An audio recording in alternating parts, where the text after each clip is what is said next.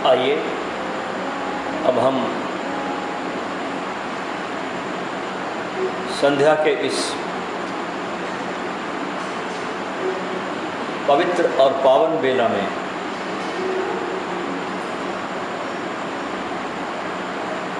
परमात्मा की शरण में बैठते हैं। गुरु हमारे लिए परमात्मा है, क्योंकि परमात्मा को तो हमने कभी देखा नहीं, लेकिन गुरु को जरूर देखा है। इसलिए हमारे ऋषि मुनियों ने, ज्ञानियों ने गुरु को ही ब्रह्मा, गुरु को ही विष्णु और गुरु को ही महेश्वर कहा। और स्वयं भगवान ने भी धरती पर जब जब अवतार लिया, चाहे वो राम हो, चाहे वो कृष्ण हो, कोई भी हो, सब ने अपने जीवन काल में गुरु की शरण में वे जरूर बैठे। पूरी गीता को हम पढ़े तो बहुत जगह भगवान कृष्ण गुरु के महत्व पर बहुत बड़ा प्रकाश डालते हैं। कबीर के गीतों को देखिए आप, नानक के गीतों को देखिए, रैदास के गीतों को देखिए, सारे ग्रंथ हजारों साल से गुरु की महिमा का गीत गाते हैं। इसलिए कहा गया है गुरु के प्रति कि हे मेरे प्रभु, हे मेरे प्रभु, तू इतना बता दे तुझको मैं क्या अर्पण करूं। हे मेरे प्रभु, तू इतना बता दे मुझको कि मैं क्या अर्पण करूं। तेरी शरण को छोड़कर मैं जग की शरण को क्या करूं। फूलों में बस रहे हो तुम, प्रेम जब अनंत हो जाता है, साधक जब गुरु के प्रेम में डूबता है, पहला पाठ गुरु के पास पढ़ा जाता है, प्रेम को पाने का, प्रेम में मिटने का, प्रेम में डूबने का। पहला जो प्रथम अध्याय शुरू होता है प्रेम का, वो गुरु के पास शुरू होता है। और श्रेष्ठतम जो सद्गुरु होते हैं वे शिष्य को अपने पास कभी नहीं रोकते। वे उस प्रेम को और विराट बना देना चाहते हैं ताकि तुम और फैल सको। तो गुरु से जब प्रेम सघन हो जाता है तो दूसरा तल है इस पूरे ब्रह्मांड, इस पूरे अस्तित्व के प्रति प्रेम फैल जाता। मैं जब ओशो के पास में करीब करीब 9 महीने उनके पास मैं गीत गाता रहा, अनंत गीत उठे, बहुत गीत लिखे, करीब 200-250 वीडियो में उनके प्रवचनों के पहले, उनके विदाई के समय गीत आते हैं। तो 9 महीने तक पूरे प्राण अर्पित किए, सब कुछ भूल कर, पीछे कहाँ से आता हूँ, क्या मेरी औकात थी, क्या थी, सब आग लगा दी। एक तरह से देखा जाए तो मृत्यु का वरण किया कि मरना है बस, ऐसे भी एक दिन मरूंगा तो क्यों ना मैं इस गुरु के प्रेम में मर जाऊं। रोम रोम ने मृत्यु को स्वीकार कर लिया था। और 9 महीने में प्रेम गुरु के प्रति बहुत अनंत होके जब बाहर बहने लगा गीतों के माध्यम से, तो गुरु ने जो दूसरा काम मेरे साथ किया वो बहुत गजब का किया। वो न करते तो कुछ बात नहीं थी। उसके बाद मुझे अपने से दूर भेजा कि अब तुम जाओ। अब गुरु के साथ प्रेम की पढ़ाई तो पूरी की, गुरु ने एक माहौल भी मुझे दिया था वहाँ रहने के लिए। 9 महीने तक पूरा एकांत, 9 महीने तक शब्द उतने ही बोले मेरी वाणी ने जिससे कि मैं गीत गाता, बस उसके अलावा दिन भर मौन, उतने ही वाणी का उपयोग करता जिससे कि मैं गीत गा सकता था।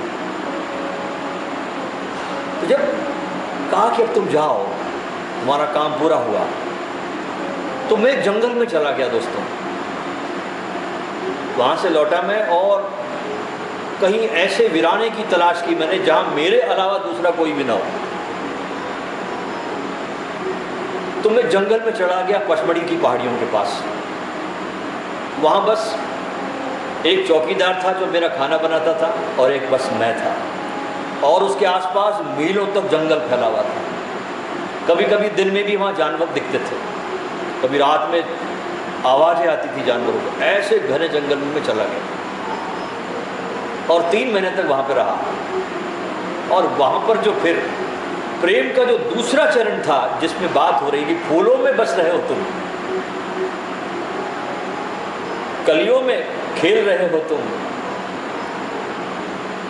जो सेकंड तल जो था, जो सिर्फ गुरु की तरफ फोकस था, वो पूरे अस्तित्व पर बिखरा। मैं सूर्यास्त को देखता और रोता, मैं सुबह सूर्योदय को देखता, मैं लीन हो जाता, मैं वृक्षों को झूमते देखता, उनके साथ मैं भी झूमता। इन्हें प्रेम ऐसा हो गया उस समय कि संभाले नहीं समझते।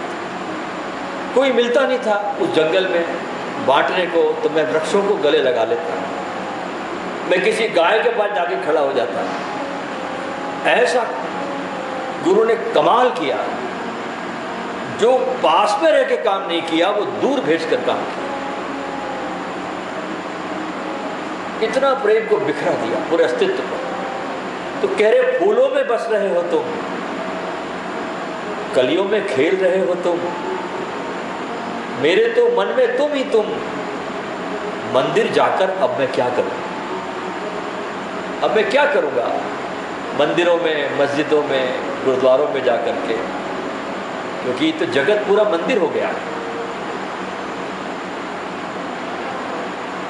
आगे गाते हैं, चंद्रमा बनकर अपने ही तारों में जगमगा रहे हो तुम। देखो आज शरद पूर्णिमा है, हम लोग तो पूर्णिमा भी याद करते हैं तो कैलेंडर में याद करते हैं। आज का आदमी इतना अस्तित्व से टूट गया है कि पूर्णिमा भी हमको दिखाई पड़ती है मात्र कैलेंडर में कि आज पूर्णिमा है।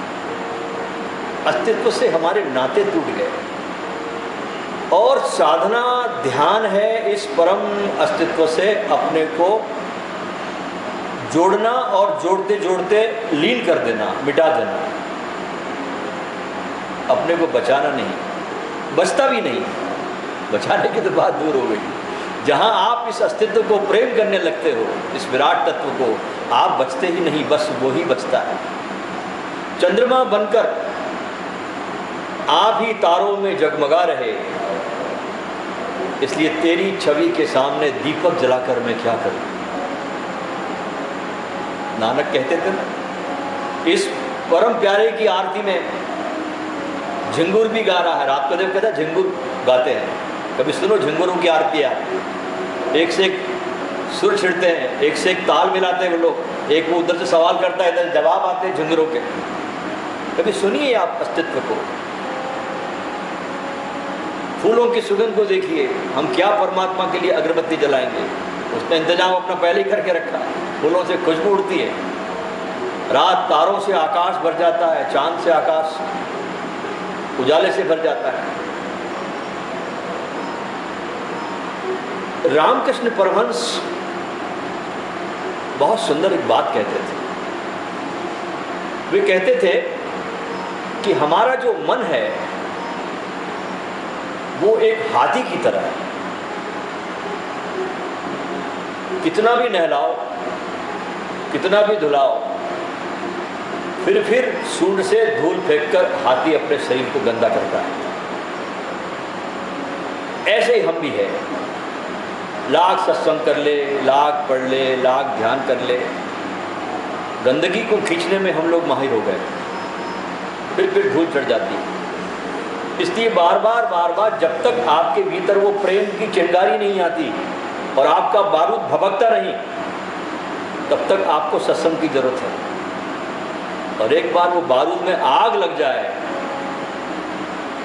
जो जो आपके भीतर बारूद है उसमें आग जब लग जाए तो फिर आपको किसी की ज़रूरत नहीं। फिर आप ही दिया और आप ही तेल है, आप ही डंडी और आप ही तराजू है, और आप ही बैठा तोलता है, घट घट में पंछी बोलता है। फिर आवश्यकता नहीं है, लेकिन उसके पहले सत्संग की बहुत बहुत ज़रूरत है। भक्ति करने का ढंग कृष्ण ने दिया है। कृष्ण कहते हैं गीता में योग युक्त होना। क्या होना? ध्यान से सुनिए, योग युक्त होना। समझो ध्यान से कि हमारा वियोग किससे हुआ है। कृष्ण कहते हैं योग युक्त होना, तो पहले ध्यान दे कि हमारा वियोग किससे हुआ है, ताकि हम योग युक्त हो। उससे अगर हमारा योग हो जाए, जिससे हमारा वियोग हुआ है, तो जीवन में शांति आती है। और उससे अगर योग नहीं हुआ, जिससे हमारा वियोग हुआ है, कुछ भी कर लो, लाख उपाय कर लो, कुछ भी इंतजाम कर लो, शांति आती नहीं। अशांति के बादल और तेज होने लगते हैं, पहाड़ खड़े होने लगते हैं। हर तरकीब खोटी पड़ी, क्योंकि आखिर जिंदगी छोटी पड़ी।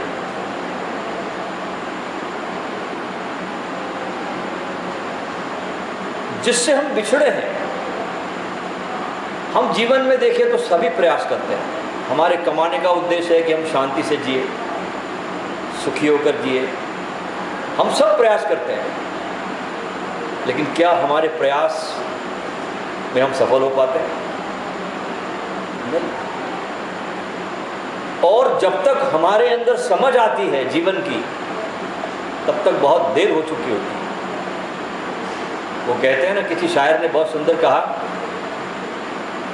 कि जीवन खत्म हुआ तो जीने का ढंग आया, और शमा जब बुझने लगी तो महफिल पे रंग आया।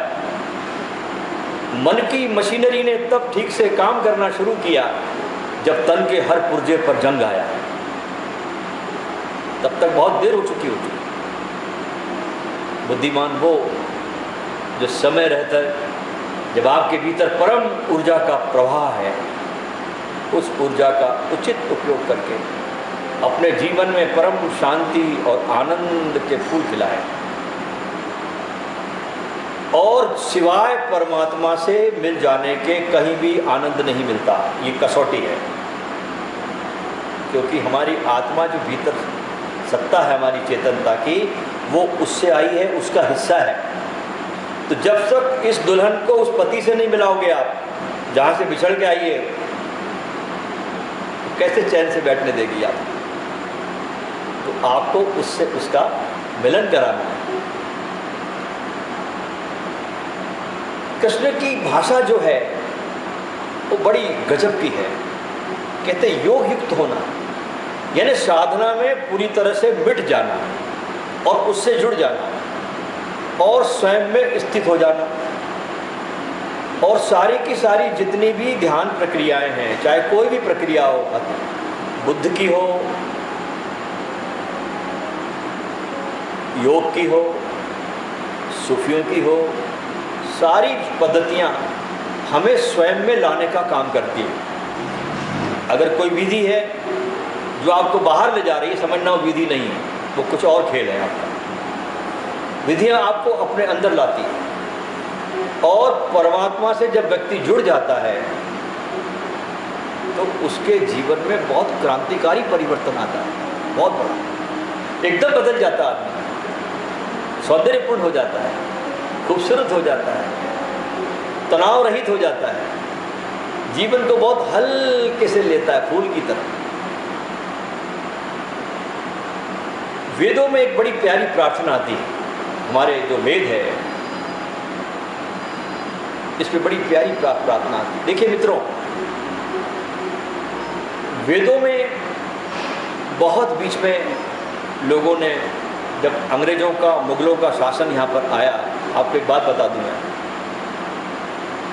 तब इन हमारे ग्रंथों में बहुत से बातें ऐसी डाली गई जो ग्रंथों में थी ही नहीं। आपको मालूम होगा कि एक अंग्रेज था बहुत बड़ा, यहाँ जर्मनी से आता था, उसका नाम था Max Muller. Max Muller Sanskrit का बहुत प्रगाढ़ पंडित था, संस्कृत उसको बहुत अच्छी आती थी।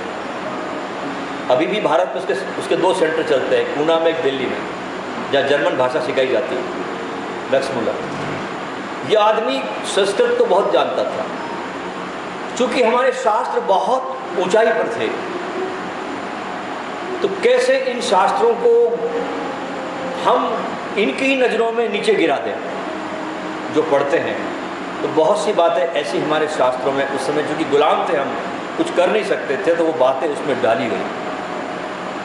तो हमारे वेदों में बहुत कुछ आपको ऐसा मिलेगा जो आप सुनोगे तो बोलोगे क्या बात है, लेकिन वो वेदों के ऋषियों का नहीं है, क्या लटना, वो डाला गया है, वो ऐड किया गया है। तो हमारे वेदों में एक प्रार्थना आती है, ऋषि कहता है कि जब मैं तेरी प्रार्थना में बैठता हूँ तो मैं घोंसले में आ जाता हूँ। जैसे हिंसक से हिंसक पशु पक्षी भी, कितना भी पशु पक्षी हिंसक हो, लेकिन जब वो घोंसले में अपने बच्चों के पास आता है तो कैसे प्रेमपूर्ण हो जाता है।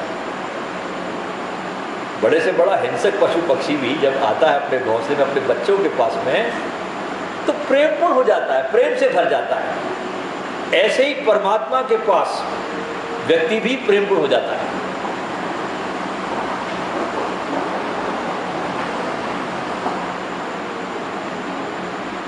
हम सदा ही जीवन भर अनबैलेंस होकर चलते हैं, हमारे जीवन में बैलेंस नहीं होता, हमें इसका होश ही नहीं है कि कब रुकना है और कब चलना है।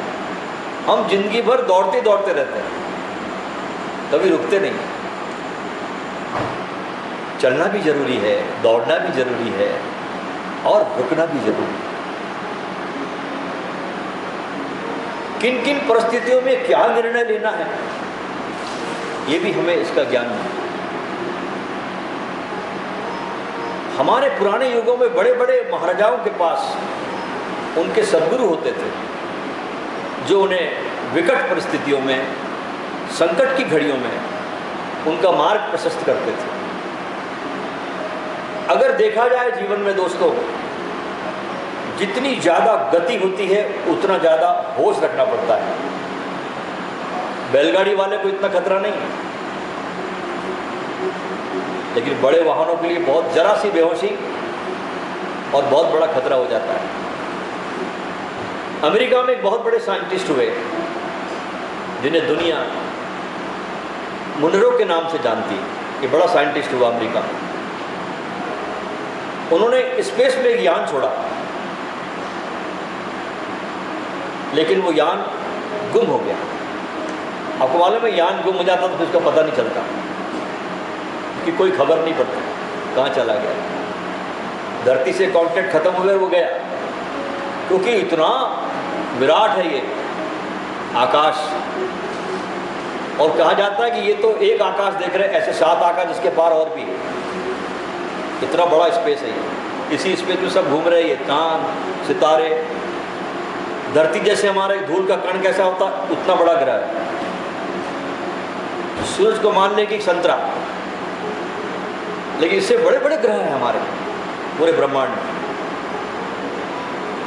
तो यान गुम हो गया, उसका कहीं पता नहीं चला। आखिर वैज्ञानिकों की मीटिंग हुई, पूरी बैठक बैठी, उनकी मीटिंग हुई, ये पता लगाने के लिए कि गलती कहाँ हुई, यान भटका कैसे, कहाँ चला गया, क्या गलती हमसे हुई, ऐसी कौन सी गलती हुई कि जिससे यान लापता हो गया। तो पूरा मीटिंग बैठी सारे वैज्ञानिकों की, तो मालूम हुआ उनको कि कंप्यूटर के किसी एक्टिवेशन में एक 0 लगाना भूल गए थे। कंप्यूटर के किसी एक्टिवेशन में मात्र एक 0 लगाना भूल गए थे।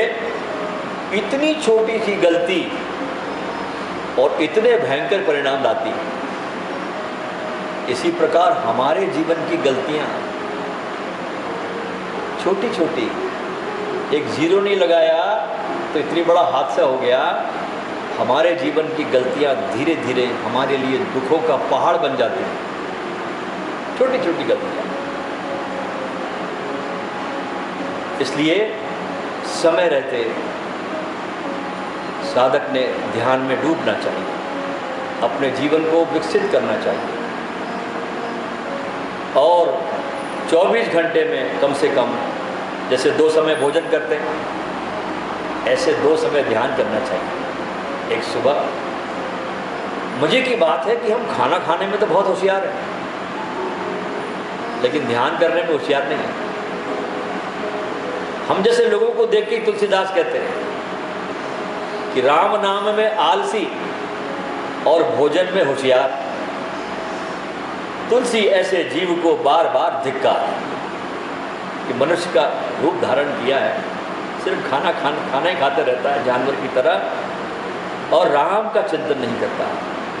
जिस मालिक ने इतना जीवन दिया, तुमको शरीर दिया, रोग मुक्त शरीर दिया, तुमको श्वासें दी, तुमको धन देता है, खाना देता है, वायु देता है, पानी देता है, सब उससे ही आ रहा है। ध्यान रखना,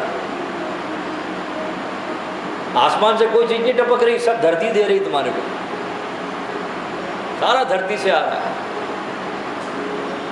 धरती अपना पेट्रोल सोख ले भी अंदर तो तुम्हारे सब जहाज बंद हो जाएंगे, तुम्हारी सब गाड़ियां रोड पे खड़ी हो जाएगी।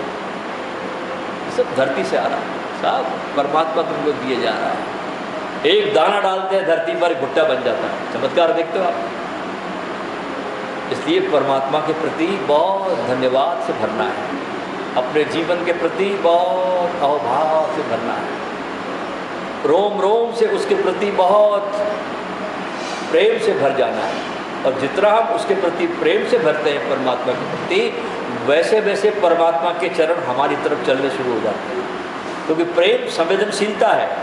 प्रेम से जब आप किसी को पुकारते हैं तो परमात्मा को आपके पास आना ही पड़ता है। आइए इसी भावदशा के साथ हम आज इस संध्या के सत्संग में प्रवेश करते हैं, खूब मस्ती के साथ। क्योंकि संध्या का जो सत्संग है ये बहुत ऐसा ही, जैसे मानो दिन भर का थका हुआ पक्षी आकाश में उड़कर अपने घोंसले में आ गया है और अतिशय प्रेम से भर गया है। ऐसे हमको भी इस संध्या सत्संग में बहुत प्रेम से भर जाना है और उस प्रेम को अपने नृत्य में प्रकट करना है, नाचने में प्रकट करना है। देखिए, नाच सिर्फ मनुष्य को सौभाग्य मिला है, देखा जाए कि वो रोम रोम उसका नाचता है। तो नृत्य में प्रवेश करें, पहले होगा गीत, उसके बाद होगा सद्गुरु की उपस्थिति में रिकॉर्ड किया गया उनका संध्या दर्शन का संगीत। उसके बाद 3 बार ढोल बजेगा, आपको नीचे बैठ के शांत होकर बैठ जाना है, फिर कोई भी बॉडी मूवमेंट नहीं। संगीत बजता रहेगा लेकिन संगीत पर आप कोई प्रकार की हरकत नहीं करेंगे, बस तटस्थ होकर जैसे स्टेचू बैठ जाता है ऐसे मूर्तिवत होकर बैठेंगे और संवेदनशील होते जाएंगे बहुत भीतर। और जितने ज़्यादा आप संवेदनशील होते हैं, समझना कि आप उतना ही ज़्यादा आपका वाईफाई कनेक्शन काम कर रहा है। ये ध्यान रखना, आपका वाईफाई कनेक्शन क्या है? आपकी संवेदनशीलता। जितने ज़्यादा आप सेंसिटिव हो जाएंगे उतनी आप उसको कैच कर पाएंगे। तो आपको संवेदनशील होना है ताकि परमात्मा की इस अस्तित्व के सत्य की ऊर्जा आपकी तरफ प्रभावित होना। वो तरस रही है आपके पास आने के लिए, ये ध्यान रखना। वहाँ से कोई भी देर नहीं है, वो सदा उपलब्ध है, उसमें कहीं भी कोई गुंजाइश नहीं है देर होने की। देर हमारी तरफ से, क्योंकि हम संवेदनशील नहीं हैं। हम 1000 बातों में उलझे हुए, 1000 हमारे मोह के बंधनों में हम जकड़े हुए हैं। कितनी लेयर से हमारी बंधनों की। बस थोड़ी देर के लिए एक थोड़ी सी आपकी खिड़की खुल जाए, एक झरोका खुल जाए इस मौन के बतास में, तो आप बिल्कुल दूसरे आदमी हो जाए। सारे मित्र खड़े हो जाए।